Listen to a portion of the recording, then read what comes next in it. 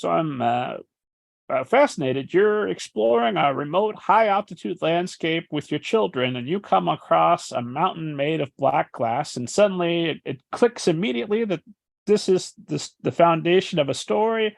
What happens when you encounter that mountain? Well, this was on a road trip on the Eastern Sierras of California, right? And road trip with the family and the kids. And I was I emulated my father and still do and tell stories to my kids. And we were all into archaeology and ancient objects, and always tried to visit ancient sites wherever we went. And we knew that, because we'd read about it, we knew that an obsidian arrowhead from this place in the Eastern Sierra had been found 250 miles away in a sand dune on the coast near where we lived in California. And the kids went, how did that get there? And so I made up a story night after night as we were traveling. It was embellished, and you know, kids are ruthless. If you're boring them, they let you know immediately. And so we just sort of started making up the story of how this arrowhead got from in the middle of nowhere at 10,000 feet to the coast.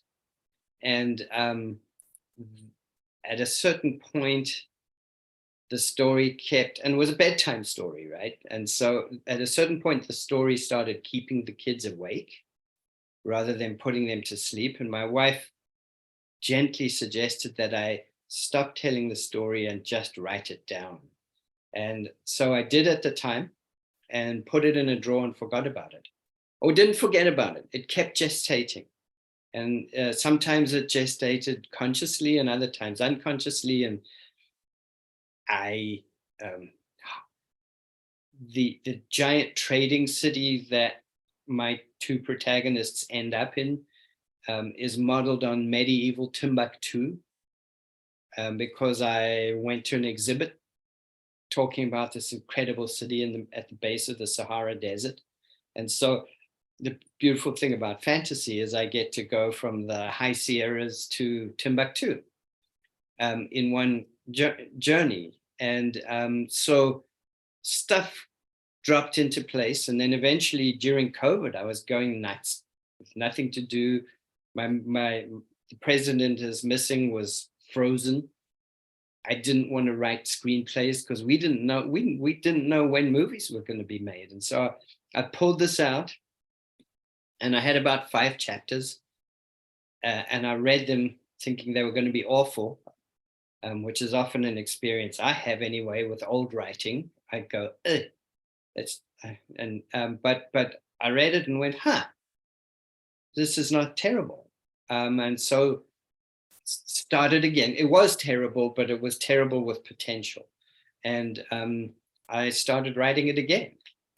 No, it wasn't hopelessly terrible. And so started writing it again and wrote the entire novel sort of during the depths of COVID shutdown. Probably, and so I was only entertaining myself, which is a wonderful lesson. I didn't think of selling it. I didn't know that it was young adult. I love stories, Hatchet, Ender's Game are 2 books that I read again and again. And I don't consider those children's stories at all. They're stories about children, but the themes and the darkness of them is tremendous. And so I just kept trying to entertain myself with this story without thinking of a market, without thinking of anybody, but ending each day having had fun at my desk. And I wish I'd learned that lesson long ago, to just have fun, to have the confidence to have fun. with what you're doing. And instead of seeing some invisible reader somewhere, or invisible critic, or invisible producer somewhere looking over your stuff. And so, as I said to you before, it's the most fun I've ever had writing in 30 years of professional writing.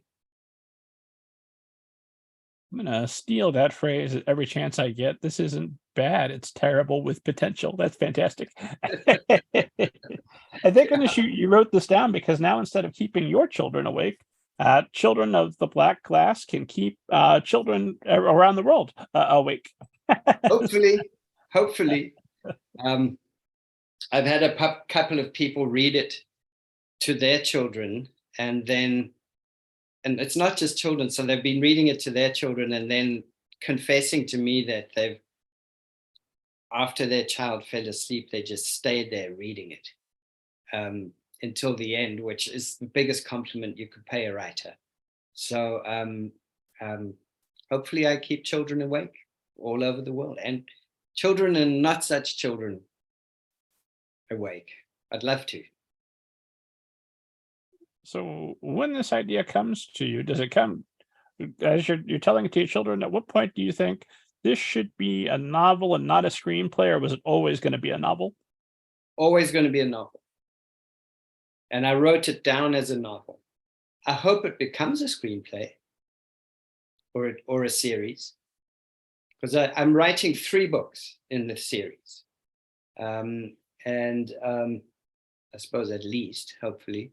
But I'm writing 3 books in the series, and it would tickle me tremendously to sort of come full circle as a writer and adapt my own novel in some way. That would be fun. 2 very different things, very, very different hats.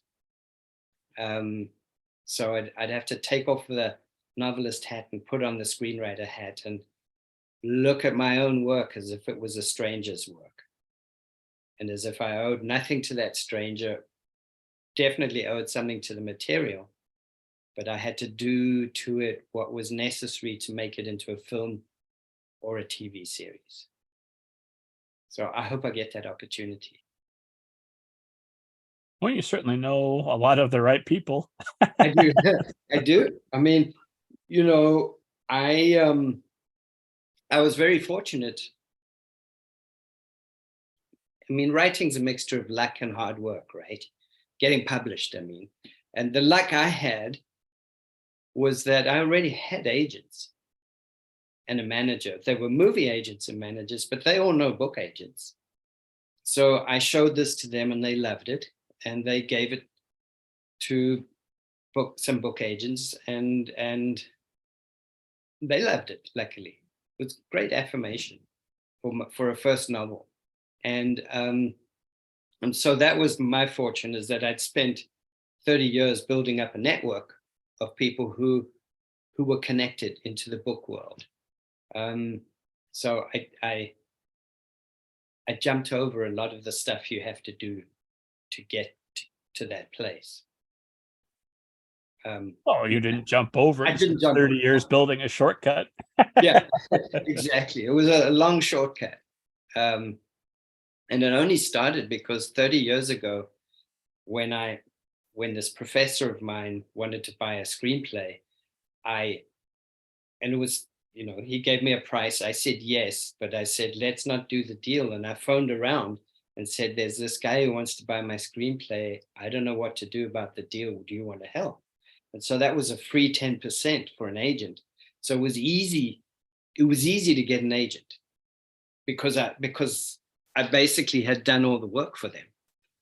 And all they had to do was pull out boilerplate, put in a few names, and they'd made themselves 10% of a very small deal. But it would seem like a fortune to me at the time.